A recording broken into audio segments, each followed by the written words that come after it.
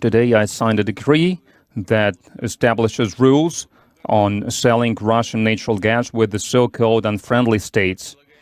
We suggest to the contractors from such countries a transparent and easy-to-understand system to buy Russian natural gas. They have to open a ruble account in Russian banks. These accounts will be used to pay for the gas that will be supplied starting from tomorrow, starting from April 1st of 2022.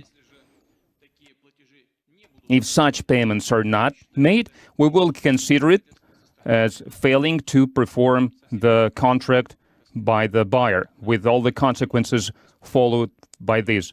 No one is selling anything for free, so we are not going to be involved in charity as well. So the current contracts will be stopped. And I would like to emphasize here, in the circumstances when the financial systems of the Western countries are used as a weapon, when the companies from these states refuse to implement contracts with Russian banks, enterprises and individuals, when assets in dollars and euros are frozen to use foreign currencies of these countries, doesn't make sense. And what is happening, what has already happened, we are supplying gas to European consumers. They are receiving gas, they pay in euro, then they freeze this payment themselves.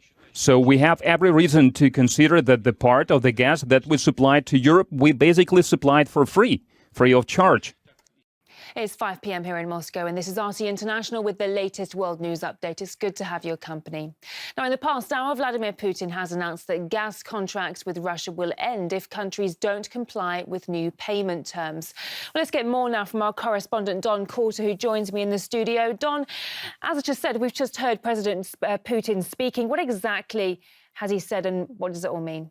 Well, the main thing that just took place is that Russian President Vladimir Putin has actually signed a new order that would set up new conditions for the sale of Russian natural gas to what Russia considers unfriendly countries. This means basically European countries that have set up sanctions against Russia. Now, these countries that are buying gas from Russia now have to open accounts in unsanctioned Russian banks, where with those accounts, with these banks, they have to actually they'll be able to put in foreign currency, and they need to buy rubles in these bank accounts at the rate of the Moscow Stock Exchange. So if they don't start doing this by April 1st, actually, the Russian president already said that these currently existing contracts are going to be null and void. So let's take a listen to what he said.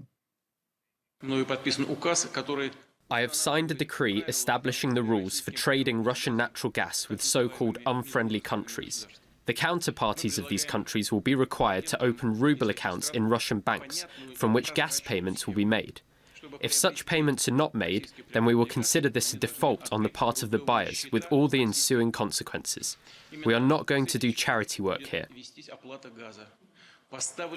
Now, we also have to keep in mind that earlier this month, actually, Vladimir Putin first said that these unfriendly countries are going to have to pay for Russian natural gas using the Russian ruble. It's only now that he actually signed a decree on it, really outlining how that's going to play out, because after that first statement was made, it was met with mixed reactions from the West. Countries like Japan met it with confusion, not knowing why Russia made this decision, the Japanese government declared, and also by others with defiance. Actually, Germany said it would not start paying these obligations in rubles. But after this decree from the Russian president, we're going to have to see what kind of decisions they make. On the other hand, Russia's president also, in his recent statement today, also talked about the actions of the United States on the world stage. He said that the U.S. is actually threatening Europe with deindustrialization, with its actions that are intended at isolating Russia and containing its economic growth, its diplomatic growth,